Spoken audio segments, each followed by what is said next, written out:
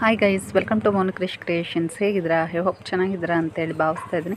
ಇವತ್ತಿನ ಡಿಸೈನ್ ಬಂದುಬಿಟ್ಟು ಒಂದು ಯುನಿಕ್ ಆಗಿದ್ದೇನೆ ಅಂತಲೇ ಹೇಳ್ಬೋದು. ಇದು ಬಂದುಬಿಟ್ಟು ನಮ್ಮ ರೆಗ್ಯುಲರ್ ಕಸ್ಟಮರ್ದು.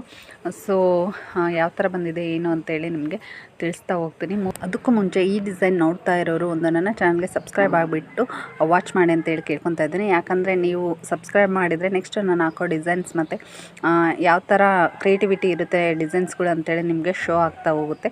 ಸೊ ಸಬ್ಸ್ಕ್ರೈಬ್ ಆದರೆ ಅಲ್ವಾ, ಬನ್ನಿ ನೋಡೋಣ. ಈ ಡಿಸೈನ್ ಬಂದುಬಿಟ್ಟು ನಾರ್ಮಲಾಗಿನ 3 ಸ್ಟೆಪ್ಪಲ್ಲಿ ಸ್ಟಿಚ್ ಮಾಡಿದ್ದೀವಿ. ಬ್ಯಾಕ್ ಬಂದುಬಿಟ್ಟು ದೊಡ್ಡದಾಗಿ ಬಟರ್ಫ್ಲೈ ಹಾಕಿ ಕಸೆ ಹಾಕಿಬಿಟ್ಟು ಮತ್ತು ಸ್ವಲ್ಪ ತ್ರಿಭುಜ ಶೇಪಲ್ಲಿ ಕಟ್ ವರ್ಕ್ ಇಟ್ಬಿಟ್ಟು ಮೇಲ್ಗಡೆ ನೆಕ್ ಶೇಪ್ ಬಂದುಬಿಟ್ಟು ಬೋಟ್ ನೆಕ್ಕಲ್ಲಿ ಕಸ್ಟಮೈಸ್ ಮಾಡಿದ್ದೀವಿ.